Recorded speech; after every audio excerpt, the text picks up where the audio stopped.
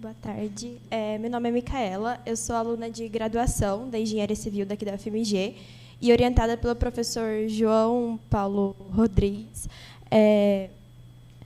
Fizemos um artigo sobre reparação de estruturas após sujeição de ações extremas. Passaremos pela introdução, reforço de estruturas, recuperação de estruturas e conclusão. Todas as regiões do mundo estão sujeitas a ações dos mais variados tipos, seja abalos sísmicos, tornados, deslizamento de terras, incêndios, e tudo isso vai gerar consequências para a estrutura em si, né? E então é necessário fazer, após a ocorrência dessas ações extremas, é necessário fazer uma análise, né? Alguns ensaios dos mais variados tipos, ultrassonografia,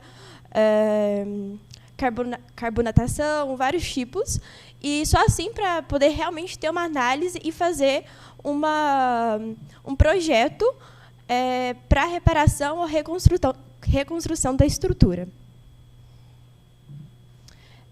Para início, os reforços de estruturas, seja reparação de lajes ou reparação de vigas, elas são mais ou menos parecidas.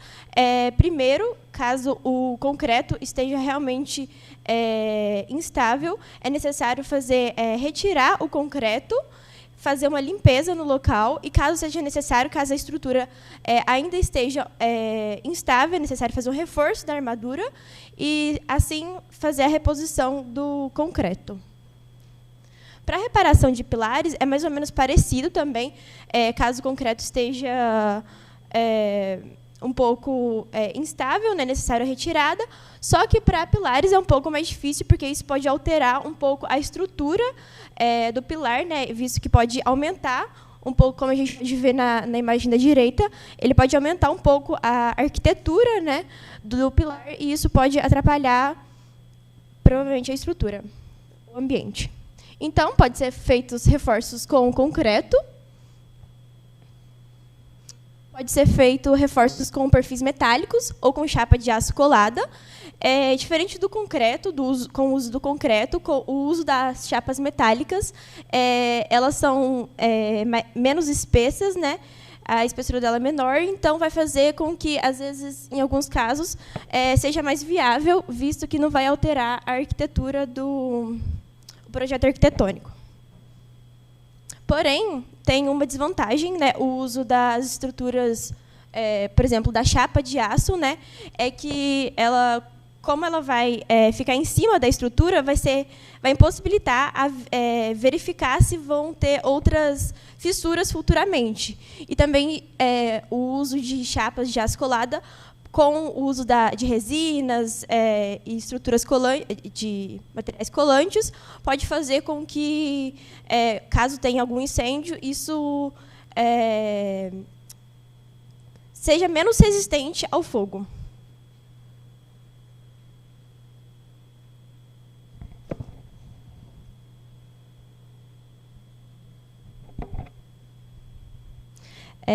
Reforço com proteção exterior são usadas geralmente em estruturas de grande porte, como na imagem da esquerda estamos vendo uma ponte, né?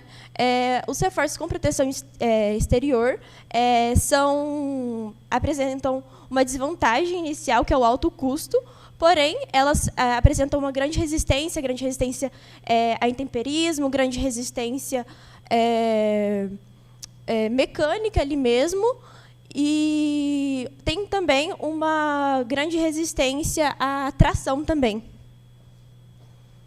Já para reforços de estrutura de madeira, geralmente em estrutura de madeiras são usados o aço. Ele pode ser usado tanto como uma placa metálica, como também nas extremidades das estruturas de madeira. Agora, para a recuperação de estruturas, existem diversos materiais utilizados. Aqui não citei alguns. Argamassas e concretos usuais, que são os mais comuns que a gente vê. Eles podem ser aplicados de diversa maneira. os concretos com fibras, que além dele aumentar a resistência do concreto, ele também aumenta o alongamento, a ruptura, a tração. Já o concreto com cinza volante e escória escória de alto forno granulada, tanto a cinza quanto a escória, elas podem substituir parte do cimento Portland. Então, pode ser uma das opções para aumentar a resistência do concreto.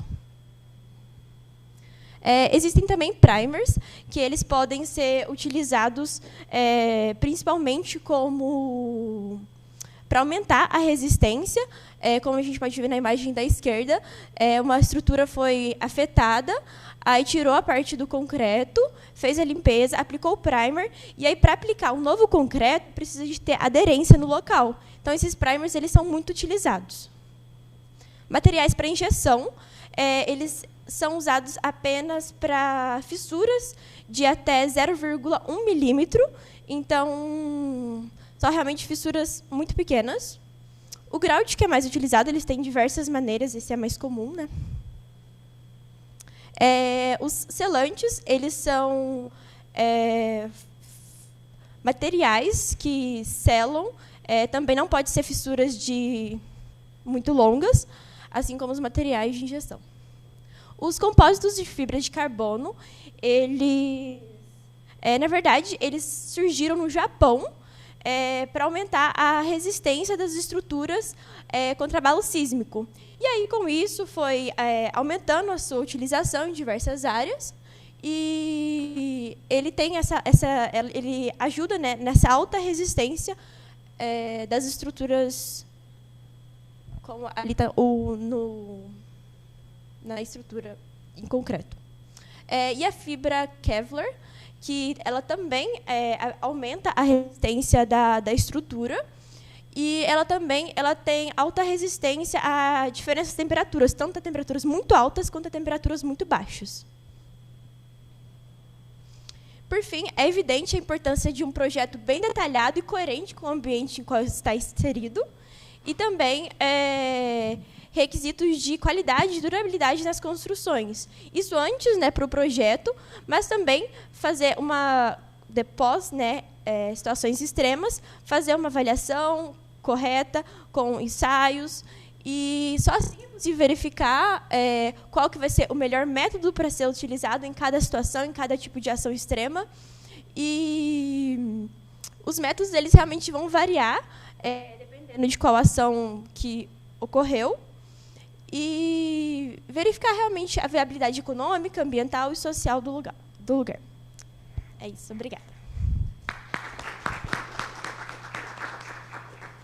Em primeiro lugar, parabéns, Micaela, pela apresentação. A Micaela é aluna de graduação, possivelmente terá sido a sua primeira apresentação, talvez.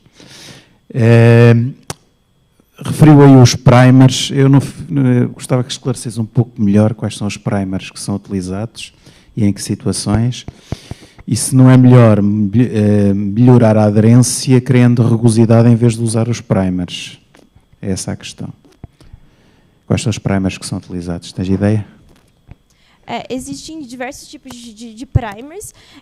A maioria utilizados, eu acredito que sejam a base epóxica, de base epóxica, que eles, além disso, eles vão fornecer uma maior aderência e maior resistência mecânica também.